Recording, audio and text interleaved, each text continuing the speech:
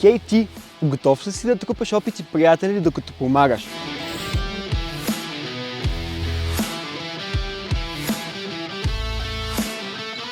През последните 2 години ми се случи какво ли не. Обядвах в юрта в Киргизстан, бях в центъра на Монтана и си говорих с местните за права на човека. Можете да си представите как премина това.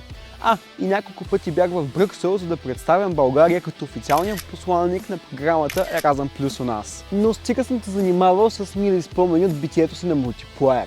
Сега давам думата на тях, всички други супер яки мултиплеери, да си кажат. Да бъдеш мултиплеер е нещо незабравимо. Да бъдеш част от движението на промяната. Да бъдеш предприемач, иноватор. Възможности без граници е изключително ценна организация за мен, защото те таргетират социални проблеми и ги разрешават давайки възможност за комуникация, която се случва на различни нива. И ме кара да повярвам в себе си и да знам, че всичко зависи само и единствено от мен.